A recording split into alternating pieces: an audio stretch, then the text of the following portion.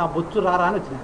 నేను తప్పుడు ఆరోపణలు చేసే ప్రసక్తే లేదు, నిరూపిస్తా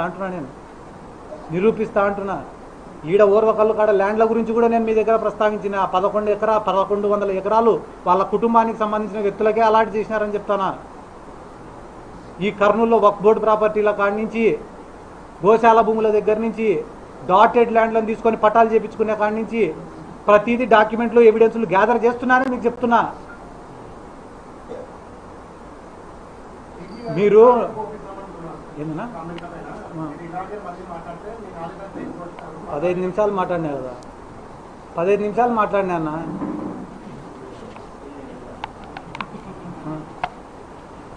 ఇప్పుడు వాళ్ళపైన పోరాటం సిద్ధార్థ రెడ్డి ఇంకొకరు మాట్లాడుతుండేదో కాదు, నేను ఈరోజు మాట్లాడుతుండేది చిన్న పిల్లోడిని. నేను వాళ్ళ దృష్టిలో కమ్యూనిస్టులు, ఈ కర్నూలు టౌన్లో ఉండే కమ్యూనిస్టులు వాళ్ళపైన 20 ఏళ్ళ పోరాటం చేసినారు, లాఠీ దెబ్బలు తిన్నారు, జైలు జీవితాలు అనుభవించినారు. పాపం దాంట్లో కొంతమంది పూర్తిగా నష్టపోయి ఇళ్లకు పరిమితమైనారు, కొంతమంది అమ్ముడిపోయినారు.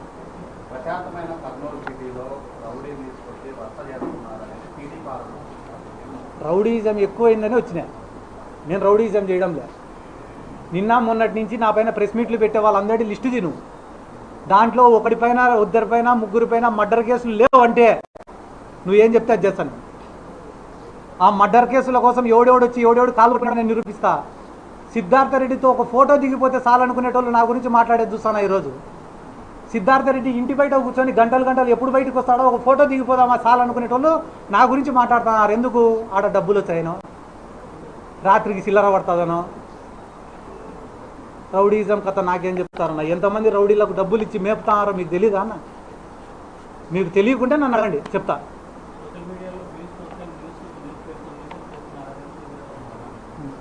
నేను సిద్ధార్థ రెడ్డి కనపడకుంటే కనపడలే అంటావు నువ్వే.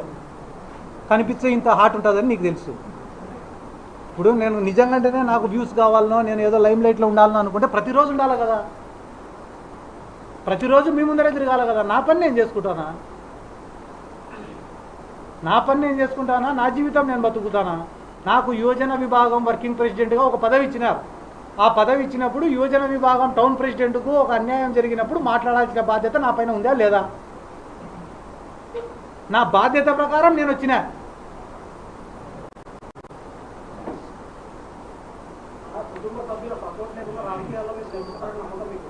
ఇప్పటివరకైతే వచ్చినా కదా, వీడి వరకైతే వచ్చినా కదా. నేను నమ్మినేది ఒకటే, నాకెవరు వాళ్ళు చెప్పినట్టు కుటుంబ సభ్యులో డబ్బులో లేకపోవచ్చు. నేను నమ్మినేది 2. ఈరోజు నేను ఎవరిని పిలిచాలా? మీడియా వాళ్ళని తప్ప ఎవరిని పిలిచాలా? మీరు ఇంటి బయటికి పోతే 1000 మంది ఉన్నారు. వాళ్ళని నేను పిలిచినానా? ఎందుకు వచ్చినారు వాళ్ళు? ఎవడో సిద్ధార్థ రెడ్డి కాడికి పోతాం, సిద్ధార్థ రెడ్డి ఇంటి కాడికి పోతామంటే నా బొచ్చు రారా అని వచ్చిన. నేను రమ్మన్నానా? నేను రమ్మంటే ఒక కర్నూలు నుంచి వస్తారా? ఈ రాష్ట్రంలో ఎవడికి ఇబ్బంది అన్నా పరిగెత్తినా కదా, అదే నాకు ఇబ్బంది అంటే ఎవడు రాడా?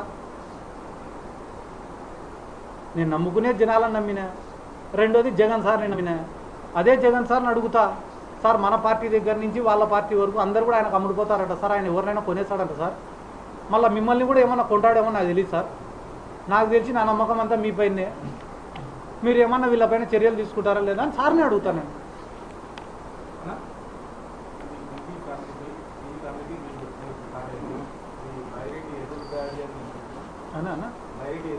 అన్న నేను చాలా సింపుల్గా చెప్తాను, నేను ఎవరిపైన అది ఎదురుదాడి చేయలే. వాళ్ళు నిజంగానే పెద్ద మనుషులు అయ్యింటే ఆ కుటుంబాన్ని పిలుచుకోనో లేకుంటే కానీ ఆ బాలు లాంటి వ్యక్తుల జోలికో వాళ్ళు పోరు. ఆ కుటుంబానికి అన్యాయం చేయరు. 2 పాయింట్లు. మూడోది, మంత్రి స్థాయి వ్యక్తులు పెద్ద పెద్ద కోటలు నిర్మించుకునే అంత పెద్ద టీజీ వెంకటేష్ గారు సోషల్ మీడియాలో ఎవడో పోస్టులు పెడితే దానిపైన స్పందించి వాళ్ళని ఎత్తుకొని వచ్చి కొట్టి వాళ్ళతో కాళ్ళు మొక్కించుకొని మళ్ళీ వాళ్ళపైన ఐటీ కేసులు పెట్టరు. వాళ్ళు పెద్దోళ్ళు అయితే ఈ పనులు చేయరు, ఈ పనులు చేస్తున్నారంటే వాళ్ళు పెద్దోళ్ళు కాదు.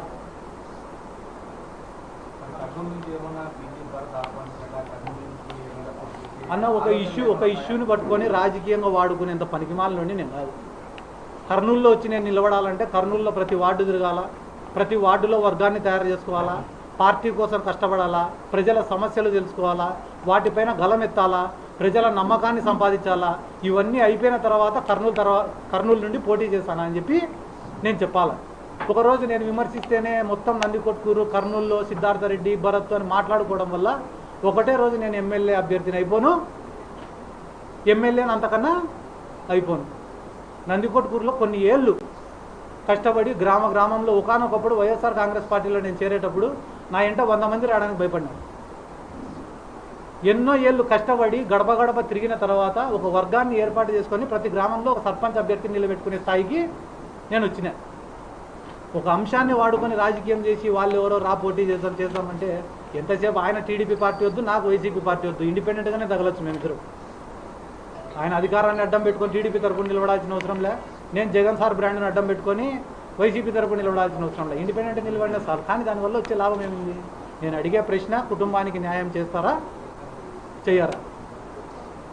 దాన్ని తప్పుదారి పట్టించే విధంగా సిద్ధార్థరెడ్డి రౌడీ, క్రిమినల్, గుండా వాళ్ళు నన్ను తిట్టిస్తున్నారు కదా. తిట్టేటోళ్ళల్లో 80% మంది దగ్గర నాతో దిగిన ఫోటో లేకుంటే కానీ నేను రాజకీయం తగ్గుతాను.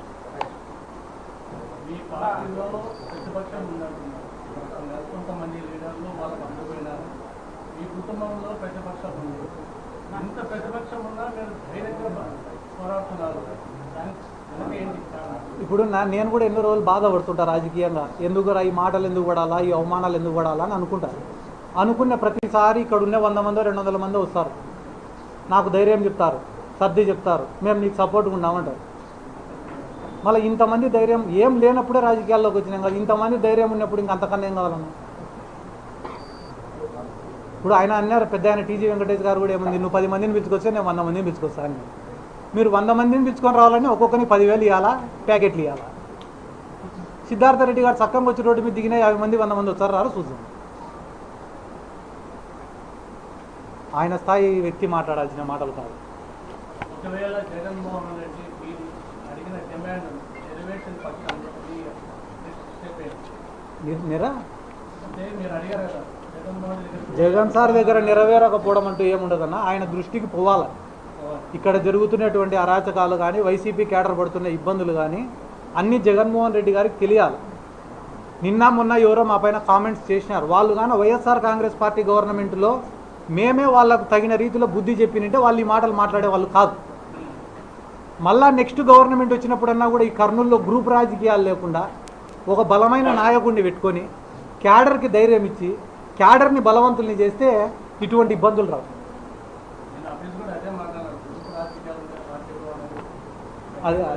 అదే నేను కూడా